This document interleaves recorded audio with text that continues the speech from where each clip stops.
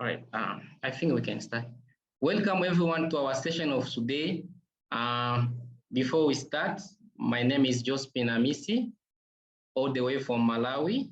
I've been in Malawi for 7 years now, in Zaleka refugee camp. Currently, I'm working as IT at MyBags Banking Corporation, and also I'm a co-founder of Adai Cycle, which is an organization that teach young generation with skills in hardware, software design, software development, data science, and AI. On our session of today, we are going to talk about big migration jam. They are going to speak. We have two speakers that are going to speak to our session of today.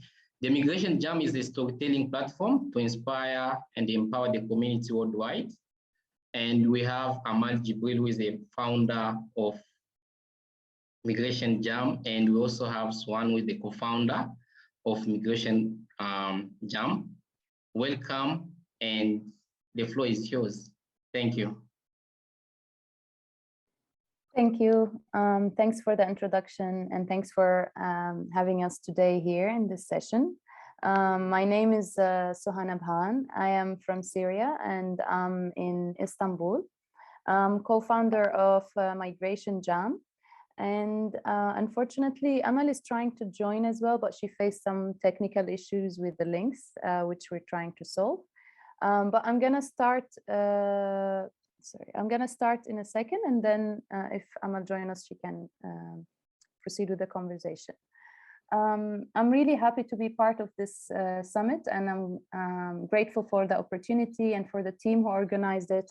It's really also an honor, I would say, to be after Sana Mustafa's session, which she gave us a lot of energy, and as usual, I really like listening to her. And the vibe that she shared. And she touched on many points that actually related to today's session with Migration Jam. I'll share my screen, and I hope you all see it well. She's here. She's here, okay. Amal. Perfect timing. Oh, hi! I made it through my phone. Okay, cool. So we're gonna start with sharing the screen. Yes, I see your screen. Perfect. I'm not on my laptop, so I think it should work. Perfect, perfect timing. So I'm Suha Nabhan, co-founder of Migration Jam, based in Istanbul. I'm from Syria. My background is focused on strategic communication, behavioral change campaigns, and I've been working online for the past 8 years. So nothing really changed dramatically after COVID for me on that aspect. And we try to also share our experience with a lot of people in our community to try to cope with the current situation. And we're going to take you through the journey of Migration Jam today with Amal.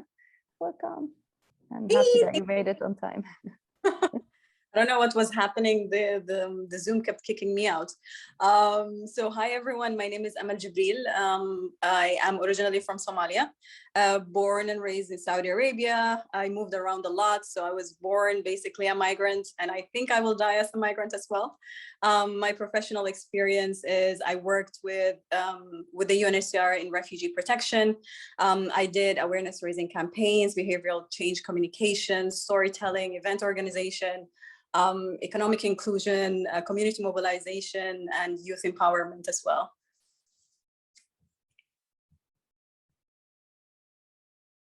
So Migration Jam is basically, we are a creative agency. We are focused on migration, and we do a lot of storytelling. And we are very focused on positive storytelling because of all the negativity that is surrounding migration. In today's session, we want to talk to you, like when we were invited to the summit, we thought about what could be also a theme of education related to the story and how we will tell the story of the project with you today. So we wanted actually to take you through the step-by-step, how the project started, what did we learn on the way, for other initiatives to learn from our experience. We're still young, we're still growing. And we really wanted to share a couple of stories also from our community with the people here with us today. And we'd like to hear from you reflections and stories also, if anyone wants to share with us. We want to tell you why we chose storytelling as a tool. Who are we working with? What projects we implemented and where are we going? And what kind of struggles we went through a bit on the way, so hopefully you can avoid these mistakes. And yeah, we'll really happy and keen to hear from your side as well. What's your experience, and if you are also from the refugee or migrant community and you would like to join us, you're very welcome. And we'll leave our contacts here in the chat. I want to start to present the project as why this project started and why we chose to work on Migration Jam. Because of the current, as Amal was saying, mainstream negative narrative on migrants and refugees from displaced communities, and unfortunately specific communities that are facing discrimination. The narrative is currently affecting everyone's from this community in terms of their lives and opportunities. And we felt like that we want to create the solution ourselves, not to be told how the solution or what the solution should be. We want to provide the community with opportunities to work from the creative community. We're not just needy, weak, as they present us in the media, and we're always in need of help. Where there's a lot of creative people who are able to be in different sectors and without overrepresented as well, because they're migrants. So this doesn't define us. Basically, we're a creative agency that provides services and solutions and recruit people from the migrant and refugee community. And we create our own content with which we believe that will hopefully contribute to changing that mainstream narrative. Yeah, sorry. Yeah, exactly. So I just wanted to complement what Suha was saying. We do storytelling through educational events. We do art and culture. Suha mentioned that we do our own videos and podcasts. And we're trying to tell stories in different ways that appeals to different people. So the more creative, the better. And our community is extremely creative, and we're really blessed to be working with them.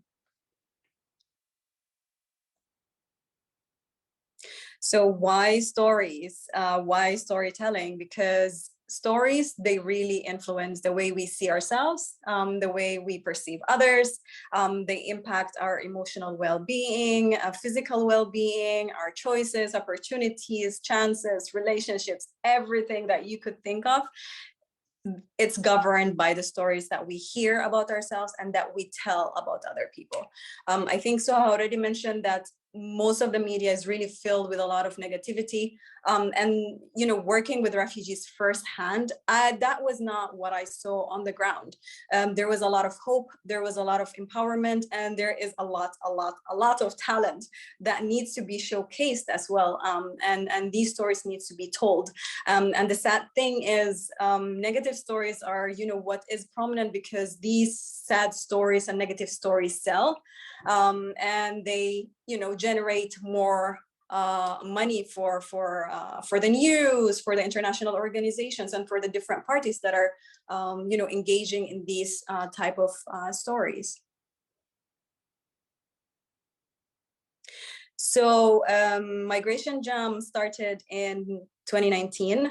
The idea came early 2019, and we implemented the first event at the end of 2019. And just let me go back a little bit.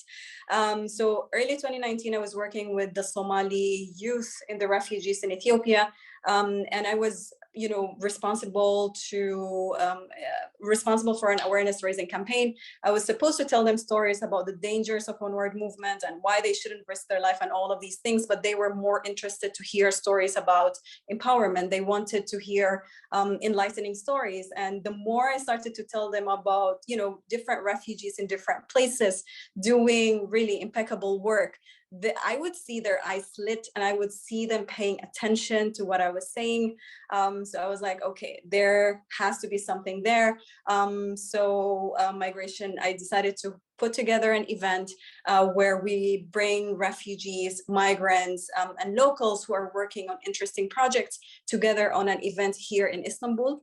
The first event, we got like a refugee social media influencer, migrants, social entrepreneurs, a politician who was a refugee a few months before the event. So all of these different beautiful stories that you don't really get to hear on social media or mainstream media as well. So after the 2019 event, I was like, okay, there is a space for a platform like this. So we continued, and this is where I actually met Suha.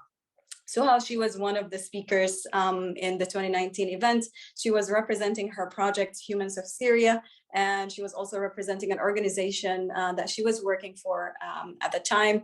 And she was telling us about the comms work that she's doing in stories and telling stories. So for early 2020, actually throughout the whole year of 2020, because of COVID, we were unable to do in-person events. So we were doing a lot of online events, bringing together different people from different backgrounds, trying to tell stories in different ways. And that brings us to 2021. It's when I decided to focus full-time on Migration Jam. I moved here and I also became a neighbor of Suha. Yes. After Amal moved to Istanbul, I quit my job in 2020. It was the mid of the pandemic and I was called kind of crazy and not the good timing to do these kind of steps. But also I was in a peak of kind of a burnout and not feeling that I'm doing the work that I really want to put my time and effort in. I took some freelancing and opportunities and worked as a consultant, and it was the mid of 2021 when I was still supporting Migration Jam, but I was thinking either I start a different project or what should I do or where should I put my energy, and we sit together and we decided to reestablish the project and grow it together and commit to our time full time on this idea. It includes all the aspects and things that I really want to put my energy on, working with creatives, with artists from the community, seeing people moving forward instead of being stuck just because they got an opportunity, working on storytelling, learning from people all the time. It's a continuous journey of learning, and that's the amazing part of it. And breaking my bubble of hearing stories sometimes from specific community, either because I live in Istanbul or I'm in contact with specific community. So that was really exciting. And we pushed the project to phase 2, we call it, because we got a grant which pushed us forward, gave us the opportunity to pay back some, very humbly to our community for their contributions.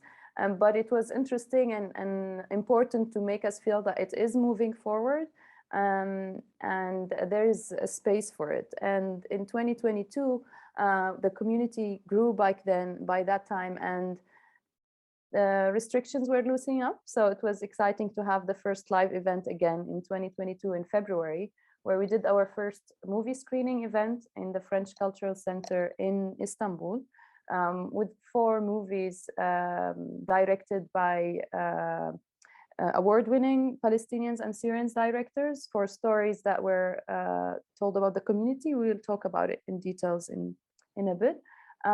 But by that time, we met people in person, and it also recharged us, because it's very important after 2 years of working online as well to meet with the community in person. And we're currently in a phase of growth, continuous networking my day and Amal's day is full of calls, emails, and connecting with people and trying to all the time think about the ways forward. And we're very lucky to have people with us who believe in this project, and we're very grateful for each one of them. Our team is diverse from different countries, from Somalia, from Lebanon, from Syria, Egypt, Tunis. We're very grateful for each one of them. We have also volunteers and team members who are not in these photos, which we're grateful for them. And Amal, I don't know if you want to say anything about the team. And so it's a very diverse team, and if we're working within the space of migration, it's really important to, work with people who are from within the community itself, who would contribute best, just because they're part of the community. So yeah, this is not all the people that we're working with. So for our services and our solutions, just like we mentioned, we do event design and management. We hosted educational events, arts and culture as well. We do content production. We produced videos, which will come out soon. It's a conversational video series and a podcast as well that tells, it's a very interesting way of telling a story through audio.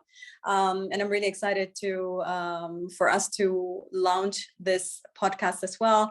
We do strategic communication. Suha is the strategic comms queen. And we also do arts and culture. Suha, I think you can elaborate more on on all of these services. Yeah, if you want to break them down, like we, for strategic communication, as we mentioned before, we do create our own content that with the goal of or objective of changing the narrative, but we also provide all of these as services like branding, social media management, video creation, production. And on the podcast that we're working on right now, it's about the cultural spaces in Istanbul that are focused on creating spaces for migrants, refugees, locals, and foreigners by music events and photo exhibitions, art exhibitions, and other than that, and discussions. We need a lot of spaces like this. While we're doing this podcast, it was really surprising that we only found 2 in a huge city like Istanbul that has a lot of migrants and a lot of NGOs as well working on this aspect. And we found only 2 cultural spaces with the levels that we were looking for. And the focus mostly on culture and fusion. And that was a bit of a surprising fact, but it's important as well to share this and to see how we can grow spaces like this in Turkey, where we know that we have the largest numbers of migrants and refugees. And unfortunately, there is a very big gap of what is happening and what people know about what's happening, and the opportunities that are here for young migrants and refugees, and the struggles that they're facing. So we're hoping with more events that we can do live, that we will open more dialogues, connect people, see what are the solutions and what are the opportunities available.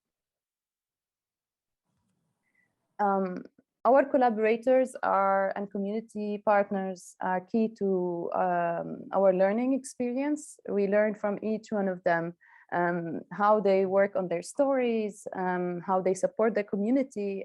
It's in Turkey and in other countries as well. Some are more focused on academic, some are cultural events, some provide humanitarian support like Alarm Phone, Migrant Women Press Organization. All of them are really great, and we encourage you to check each one of them and see their work. They're also contributing to changing the narrative in their own ways. And it's important to, we're not competitors in this field, like it's important to build bridges. That's one of the things that we also struggle from in the past years, where initiatives are not really building strong coalitions or collaborations and supporting each other. in some corners, we see them unfortunately competing with each other, which we learn we have lived went through, and we learned how bad it is to the actual goal and objective that we're all working to reach. So yeah, we really appreciate each of them. You can see also some universities, because we also believe that we need to go meet youth from the local community here in the universities who are studying things related like migration or international relations or communication or production, because we want to open conversations with the young community here in Turkey and other countries. And we received a really open doors from professors who showed their interest and told us like we can go to their sessions and talk to the youth and see what we can do from there, which was really nice to see that it's not that complicated. And we were happy, yeah, to see that kind of receptive to these ideas. So after our event, our first cultural event, we were happy to be interviewed by Gazette Duvar, which is one of the it's one of the highest three, well-read online magazines here in Turkey. And this is the first media coverage for this year. So this is super. We're excited, and we are celebrating the small milestones that we're going through month by month. And I think every month we're having interesting things that are happening for us. And also within the same month, we were interviewed by a professor, migration professor here in Turkey, on a podcast, because she's interested in storytelling, and that's her main focus. So yeah. So I'm going to talk about Cinema Paradisea. This was, as we mentioned, the first live event for this year, and it was really exciting because we had the chance to collaborate with these creative directors and artists and to meet people live. We chose the name Cinema Paradisea, Paradisea from the bird Sterna paradisea, which is a small bird that takes the longest journey from all creatures from the pole to the pole and come back every year. And we were inspired with this long journey by the bird and how also it crosses all the borders. And also the name Paradisea close to Cinema Paradiso, which is close to our hearts. I'll give you the chance also, Amal, to talk more about Cinema Paradisea experience. I think you mentioned everything, but we had a really diverse group of people. I think more than 600 people registered, and 400 something showed up for all these screenings. And it's, having live discussion with different directors and producers and actors who are from a refugee and a migrant background, discussing stories of exile, harassment, and revolution. It was enlightening for many people who attended. For the refugees and the migrants who attended, they were like, okay, on a platform like the French Cultural Institute, we're being, our stories are being showcased, our stories are being heard. It's not just, passing by. And for the Turks who were there, they were like, okay, yes, we heard some, but we heard some of these stories, but we didn't see it intensely the way we saw, people who are under siege and their daily lives in different ways. So it was enlightening in a lot of ways, and it really built different dialogues between people, which is what we're aiming to do. Yeah. Cinema Paradisea was also very overwhelming emotionally, because it was close to a dream that I had a while ago to be able to host these movies in Turkey. Unfortunately, because these movies are they're talking also about our lives, but they're mostly in international festivals, and they rarely come to Turkey. Again, it's the country where they have the highest number of migrants and refugees. And the first thing that people were saying, finally we were able to see these movies that we have heard a lot about, and they're talking about us. I want to know what these movies are presenting. And also one of them was with a known Syrian actor, Faris Al-Hilu. We had the Q&As with the directors and artists. So that was also very important because we didn't just want to present the movies. We wanted to connect the creators of the movies to see also an audience. They weren't able, unfortunately, to be live because of the lack of funding opportunity to bring them here, which is hopefully we will be able to overcome that in other screenings, but we overcome it with Zoom calls, of course. And it was really nice and overwhelming. Some of the audience were a bit too overwhelmed with the emotions because these are related stories. Some were crying, some were laughing.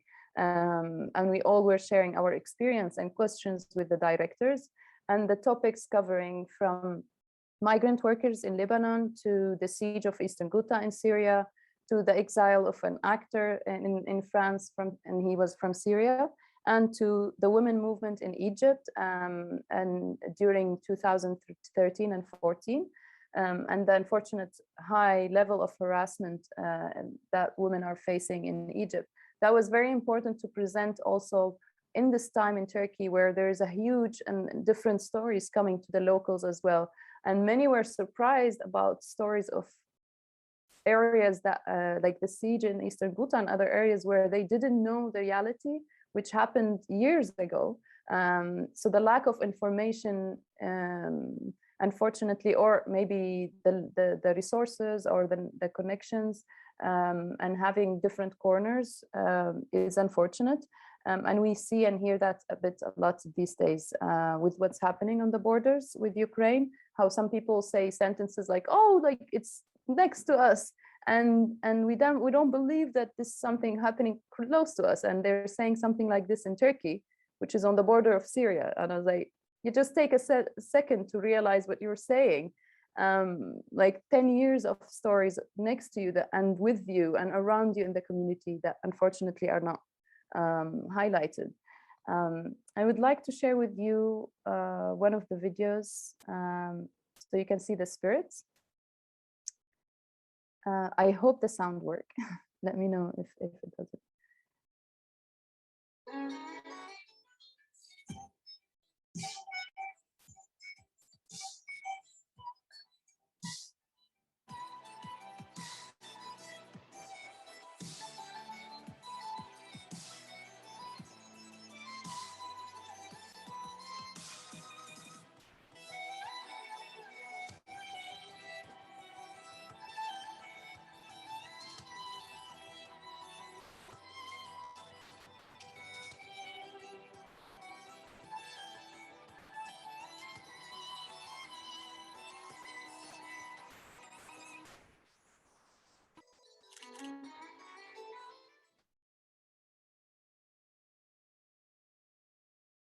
So this was a quick glimpse to the spirits of the third movie screening. Of course, like there's other videos that you can check on our channels, but we just wanted to give you a glimpse of how the movie screening was.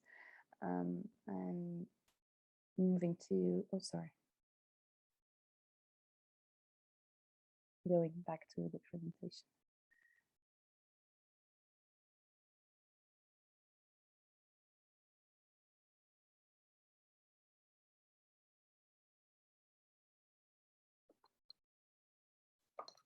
Yeah, Amal, would you like to talk about Break the Bias Istanbul 2022? So this was our second small get-together gathering to celebrate International Women's Day, Break the Bias. We partnered up with 4 organizations who are in Istanbul working with women mainly here and youth. So the day we decided to do the get-together, we had like a bit of a glitch when it comes to the weather. It was stormy and it started to snow and the weather was interesting. So we had a bit over 30 people who managed to attend. So we held discussions on consent. We had migrant singers come and, you know, do a live performance for us. There were ladies from 2 different organizations, Inshirah Collective and Göçmen İdaresi. It's a Turkish name. Kadınlar. Göçmen İdaresi is where you apply for residency. Exactly.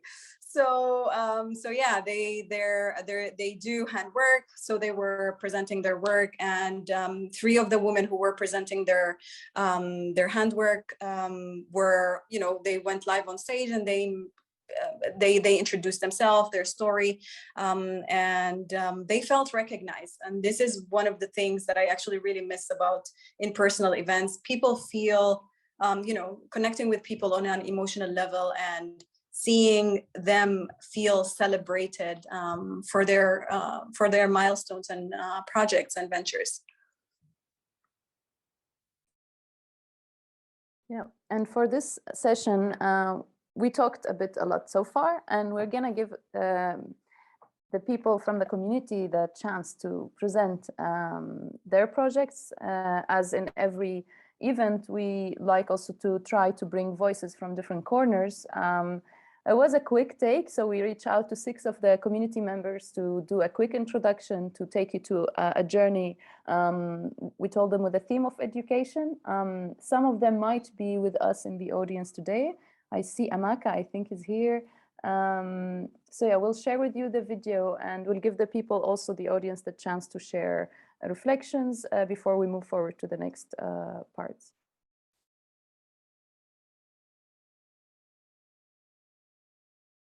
Let me know if you face any issues with the sound.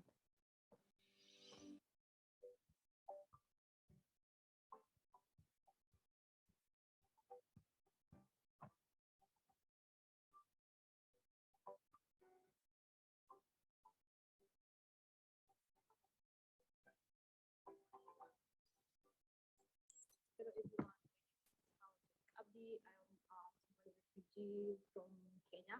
Hello, my name is Michelle Kisirwani, and along with my sister Noel, we create political songs that criticize everything that bothers us in our home country, Lebanon. My name is Niall Deng. I'm a South Sudanese refugee, right, and community activist. I'm joining you from London, Ontario, Canada, where I'm attending college. My name is Claire Henshaw. I am a development practitioner and the co-founder of Protect Her from Rape. My name is Saeed Al-Batal. I am a Syrian director and a movie maker. Currently, I live in Germany, Berlin. Hi there, this is Mohammed Al-Ard, Syrian Turkish residing currently in Istanbul, Turkey. I enjoy creating content that leave a positive impact in the world.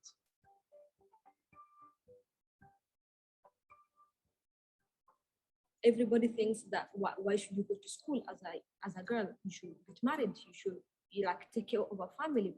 We all know that if we educate a woman, we are educating a whole nation. So in December last year, 2021, we came up with a program which is called She Leads Kakuma, which is a 6-month intensive program for advocacy, empowerment, college preparatory, and mentorship program for young girls and the camp. We came up with some solutions that we really wanted to share with the rest of the world, with the organizations, with the government that will be able to help us. The first recommendation we wanted was increase the number of scholarships for young girls and young boys in the camp who really want to pursue or to continue their education. They are really good students who perform well, but when they graduate high school, they don't have good scholarships. They cannot do so many things in the camp. And I think I will leave with one quote again that says, when we educate a woman, we educate a whole nation. And as a storyteller, I used to talk to young refugees about their stories, how they get to the camp, what their trips, what their challenges. And I realized that most of them were still traumatized by the images of war and violence they witnessed while fleeing their country. So I started Refugee Peace Ambassadors while I was in high school to create a space where we could heal from our trauma, where we could share stories about our struggles, hopes, and dreams, where we could think about ways to better our communities in the camp. And it started in 2017 as just a small group of friends. And then by the end of 2019, we had more than 1,000 young people across the camp participating in our programs and activities and workshops. We ran social entrepreneurship workshop, we ran peace building workshop, we ran storytelling sessions, mentorship program, community dialogue, game and sport activities. And after finishing high school, I just realized that, there was a lot of negative perception about refugees and migrants, and I wanted to be able to add my voice to conversation happening around the world. I wanted to be able to share my stories to bring to the light the resilience, to bring the light. Protect Her was brought out of the urgent need to bridge the information and skills gap that is evidently common among girls and women in vulnerable communities. Our goal is to provide preventive safety education and economic opportunities through vocational skills, mental health support, training, grant opportunities, and advocacy to limit the violence against women and girls. The communities we serve comprise of vulnerable women that have been trafficked or returned from their various migration journeys. We also focus on potential migrants. It's women that think that it's better for them to find opportunities outside of Nigeria using irregular means. Our target audience are often young women from disadvantaged communities, like I mentioned earlier, or women that are quite vulnerable and at risk of being victims of trafficking. What we try to do is to connect them with the opportunities they need to find the resources that would help them make better outcome of their situation. Evidence shows that young girls and women are often most vulnerable and fall prey to traffickers as a result of this, as a result of their challenges and the various responsibilities that they have to basically face every single day. So what we do is we give them the information that enables them to make better information and decisions about their plans and their migration plans if they choose to migrate, and basically arm them with the necessary tools to give them the economic income that will help them thrive, even within their local communities. Smugglers, as we know, abusers and traffickers take advantage of vulnerable women with lack of information, and we know how critical it is to protect the autonomy of women and girls across Nigeria. Since 2011 and the beginning of the uprising and the revolution in Syria, the concept of coordination centers have appeared in every uprising neighborhood and cities. And these coordination centers used to be the one responsible for reporting the news, taking care of the wounds, planning for the next demonstrations, making flags.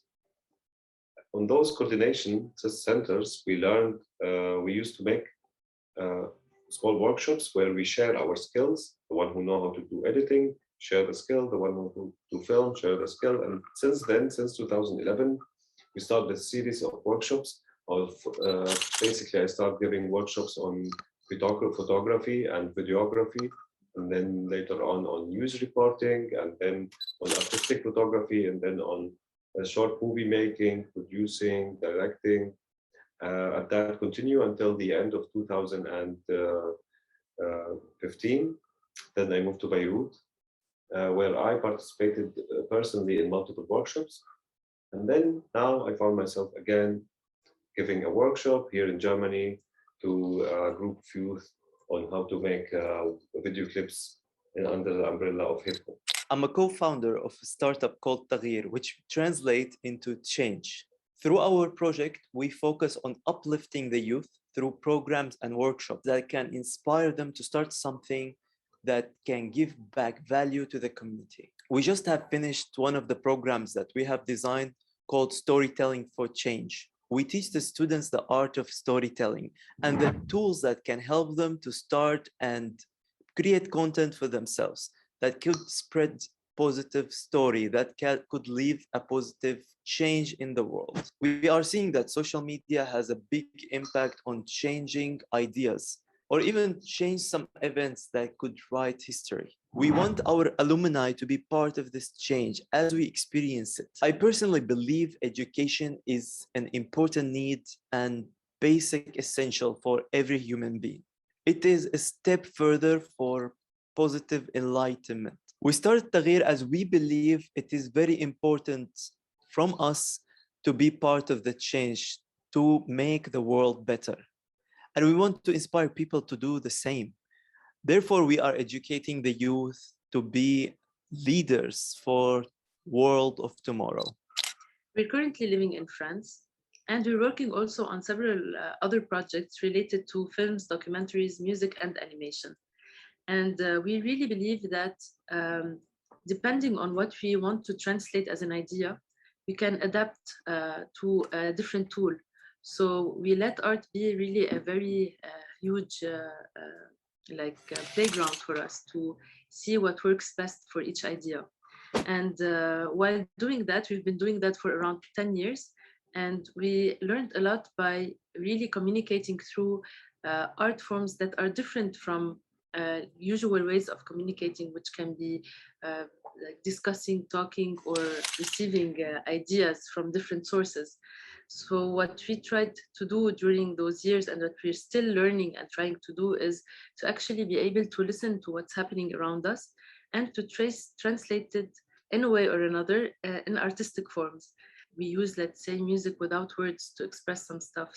Sometimes we let people write their own texts and we just translate them on screen. It's an endless playground for us.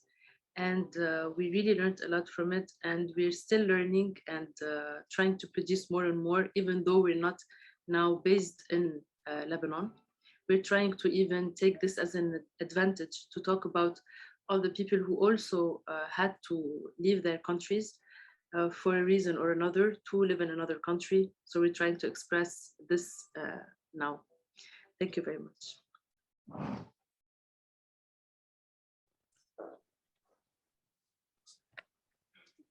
I hope the sound was okay yeah, for everyone.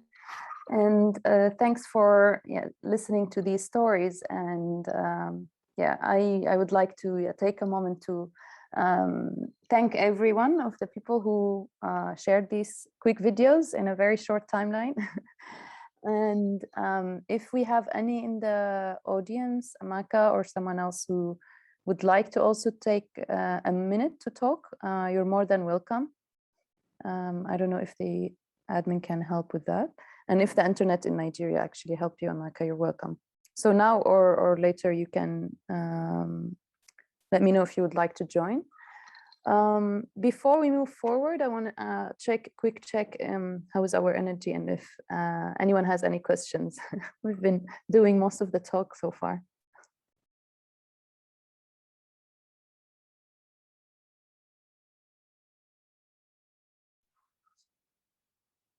Energy check, guys. All is well? Okay, if there is anyone, okay, Patricia has a question.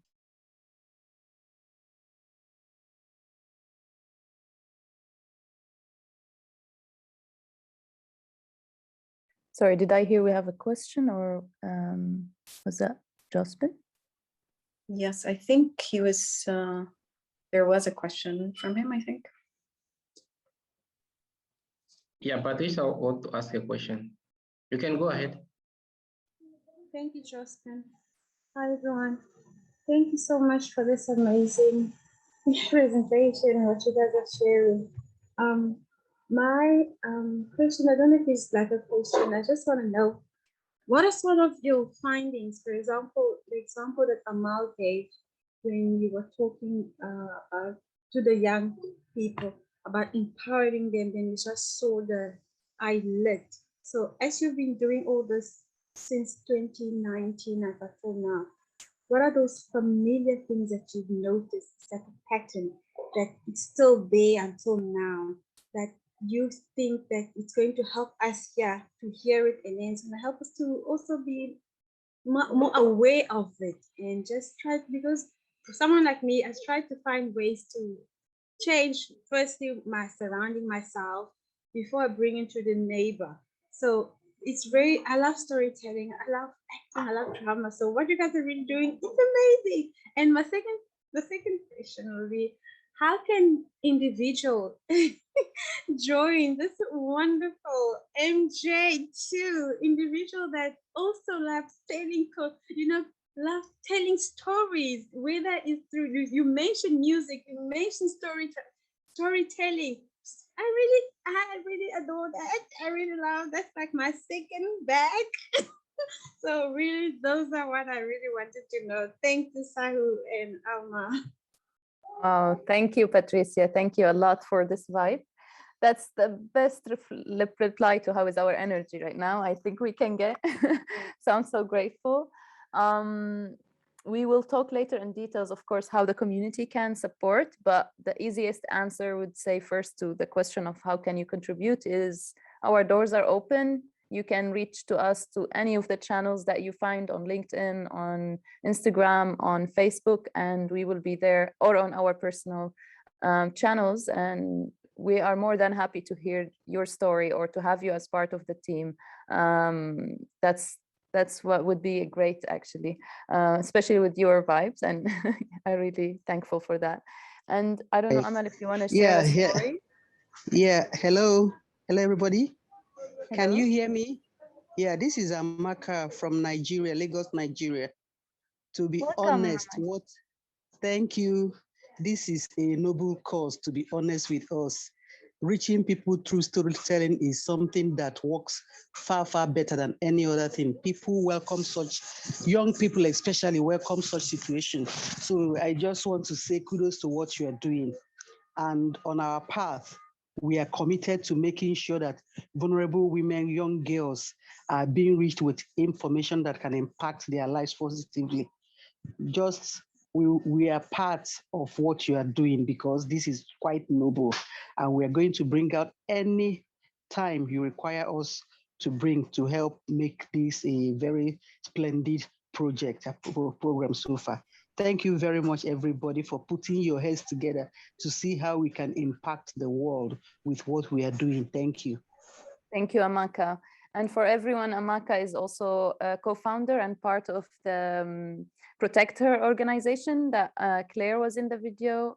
So we're thankful for all your work, Amaka, and for everything you're doing every day in Nigeria to empower the women and help them and support them to protect themselves. That's very essential, and to be empowered in their community and make the changes. I think that also already answered the question from Patricia about reflections. We got it directly from Amaka. So I'm going to move forward just because time-wise, I hope. There is a question. Sorry, there is a question from Lana. Oh, what sorry. does it mean? Yeah, there is a question. What does it mean to hear and hold these stories? And the second question is, what is our responsibility as listeners to stories that are shared? Would you like to go, Amal? Sorry, can you repeat the question? It was cutting up. Okay, the first question is, what does it mean to hear and hold these stories? And the second question is, what is our responsibility as listeners to stories that are shared? Okay. So what does it mean to hear these stories? Just like I think we mentioned this in the beginning, stories shape everything. Like, they shape your perceptions, they influence the way you feel, the way you treat others, the way you perceive others. So when you hear a lot of negative stories about certain type, of people or a certain group of people, then of course it influences the way you receive them, the way you interact with them. And we want to share a lot of, positive stories in order for us to change that behavior, and to encourage people to, see other migrants and refugees as people who are talented and skilled and people who can benefit their hosting countries. And as listeners, please share the stories. I mean, we need more people to share these stories.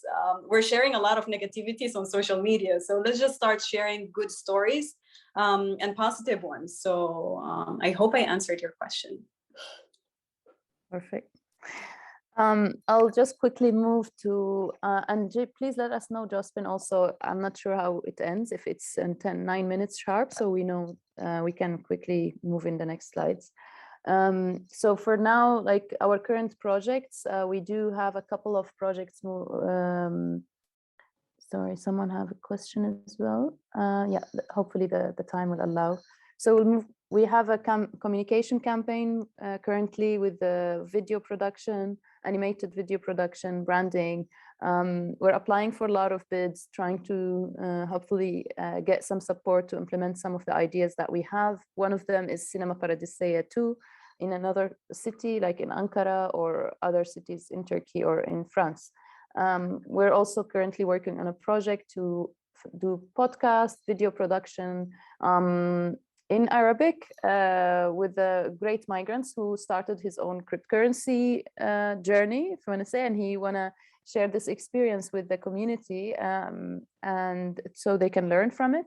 We're doing our own production as well, finalizing some of the production, like a conversational video, Istanbul Spaces podcast that we mentioned before.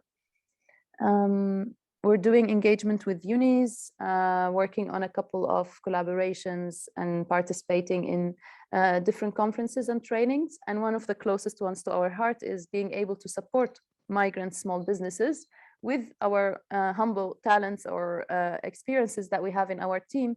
We also, besides services and content production that we do ourselves, we try to reach out to small businesses and see who needs a logo, who needs training quickly on social media, and whatever we can share with them as experiences. Where can we host events that they can present their work? Any opportunity that can push their business forward, we're trying to work on that. And sorry, is there a question? Okay, we got okay to go a bit over time, but we're not going to keep you that long. Okay, would you like to talk about the next steps and how they can contribute to it, Amal? Yes. Okay. So for if there are organizations, and I know there are organizations that are in attendance today, if there are projects that you see as fit and we can collaborate together, please do get in touch. We're open for collaborations. And for community, we're, if you know a talented creative who would, benefit from the contracts that we're getting, please do share Migration Jam with them. We would love to have a talk with them and see their work and push their creative work forward. And for sustainability, if there is a project, call for a proposal, if you see us that we can work together and apply to a funding together, please do also get in touch.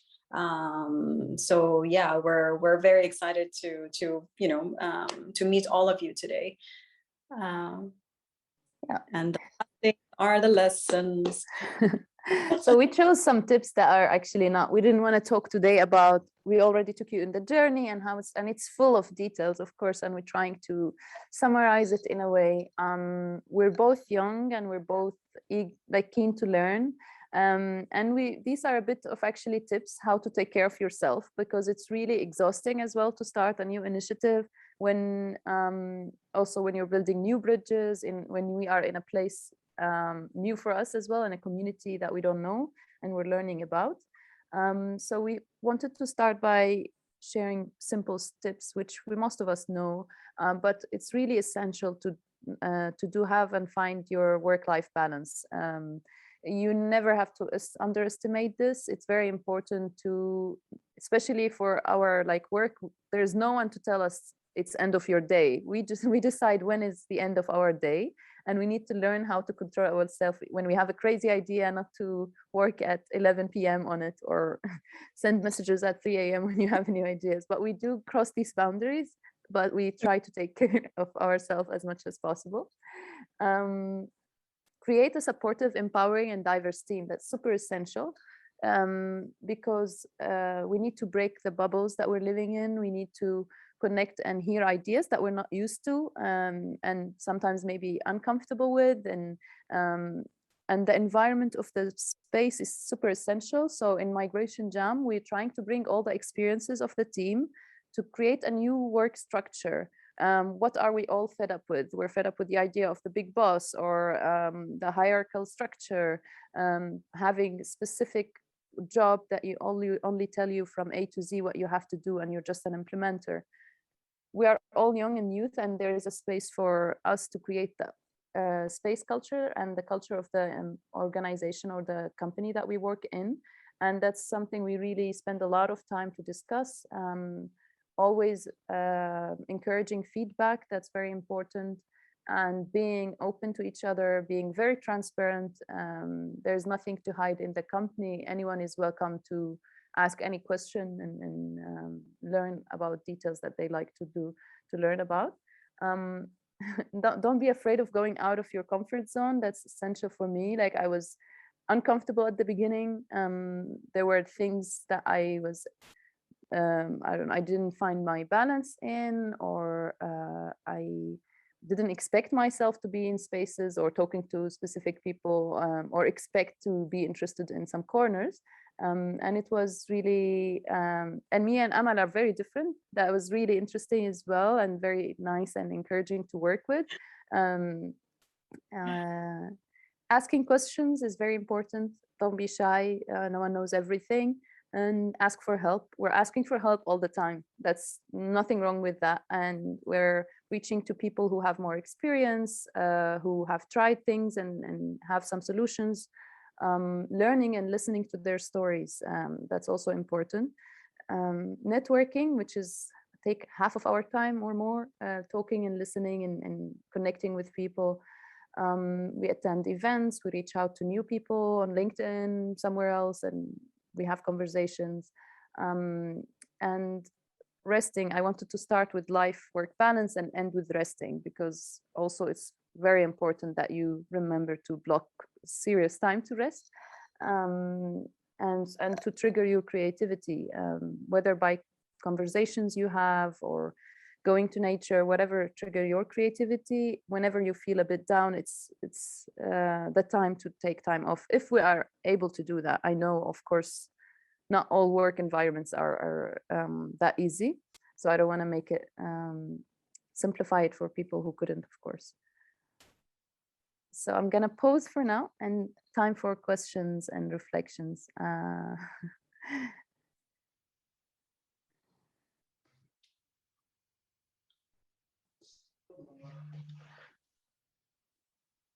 Okay, Alexander.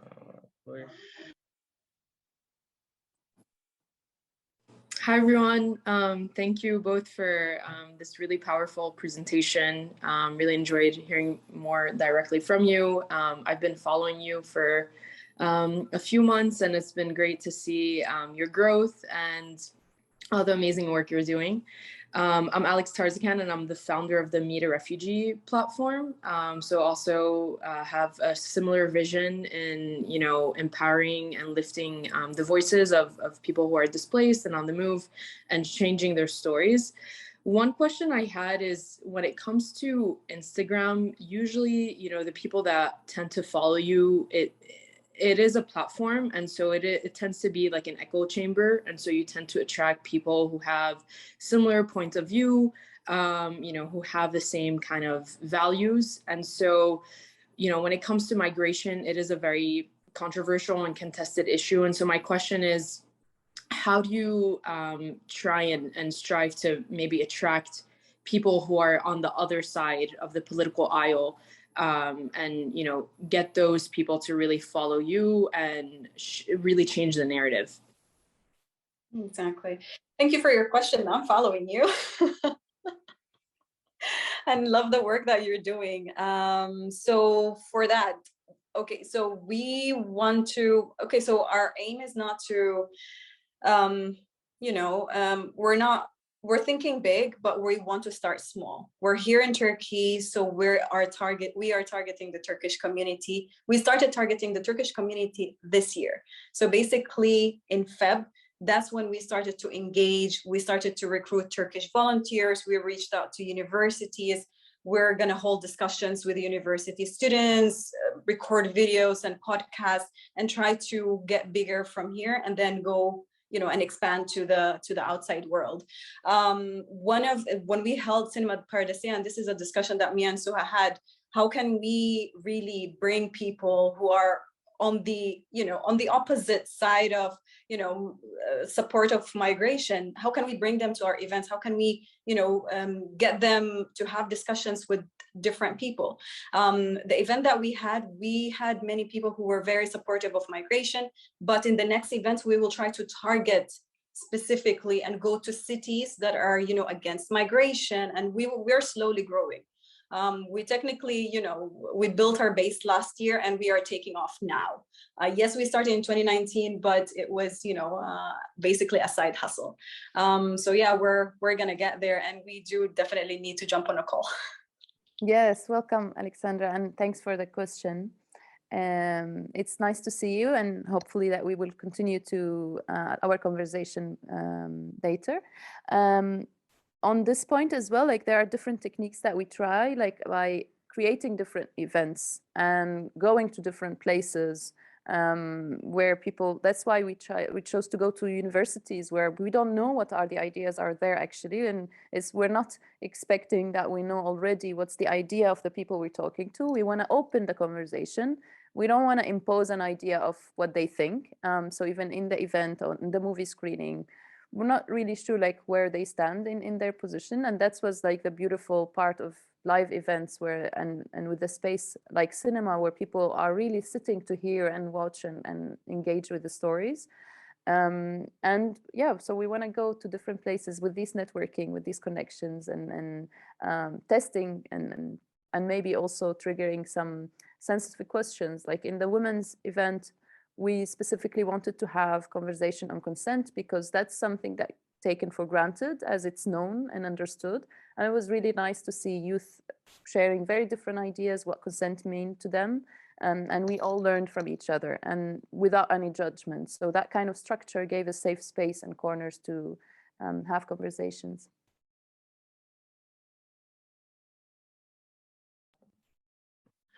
All right.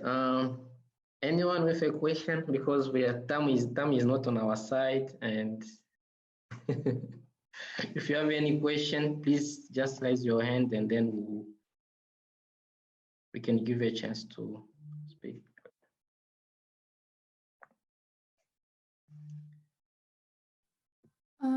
Greeting everyone. First of all, thank you so much for giving me a chance to share my point of view. First of all, I want to say thank you for this amazing work and amazing presentation. Sharing experience through stories is just an amazing way. I just want to share something that, first of all, my name is Tahmina Sahar. I'm a MIT React student and I live in Afghanistan.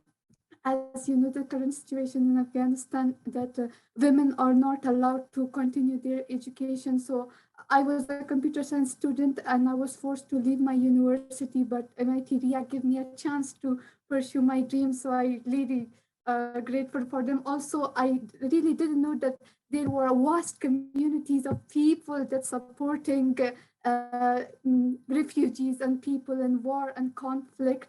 So this is really amazing to see you that continue this amazing work. Actually, there was a time that I didn't know how I can tell people that this time is really difficult, that we need to bring a change. So I write my story and I contact a website called Correspondent of the Wars, and I request them that they can share my stories to everyone, and they share it on their website. So I think this is an amazing idea. Stories can reach people's hearts, and lots of times one sentence can change someone's life. So I just want to thank you for being a light for the people that are still in the darkness. Thank you so much. Thank you, Tahmina. Thank you so much. Please reach out to us also after this session. We would love to hear your story and learn from your experience. Appreciate all the words that you just said, and I hope that you're in good place. Do we have any questions, Josephine? I think there is no any other question. Let's show some love to Amal and Swan, please. Let's show some love and comment. Thank you. We've been checking the comments with all the love that we received, and we really appreciate the chance to be in this session today. It was also a rethinking process. I really enjoyed it. You don't sit every day and think about the whole journey this way. So I'm really, really appreciating this chance. I'm following the summit. I would just also want to ask others to continue to follow the summit. This is the beginning, and I'm sure there will be a lot of stories to hear and experiences to learn from. Yeah, please connect with us and let's build bridges and see what we can do. Thanks for all the love. Thank you everyone for being here with us. We are almost at the end of our session of today. Thanks for taking your time to be with us on this amazing presentation from Amal and Suha. We also have another session tomorrow that will be, it will be at the same time, no, before, it will be 1 hour before. Please just register and be with us in Migration Summit. Let me share the link. Okay. Amal, I think, would you like to say anything? Yes, thank you so much. You have anything to add, Amal? No, I'm good. Thank you guys so much. And I really felt the love coming from all of you. Thank you so much. Thank you. Good luck with the summit. Thanks, Josephine. Thanks for being in the backstage. You're muted, I think. And thank you so much, Amy. I think is here. Thank you so much, Amy.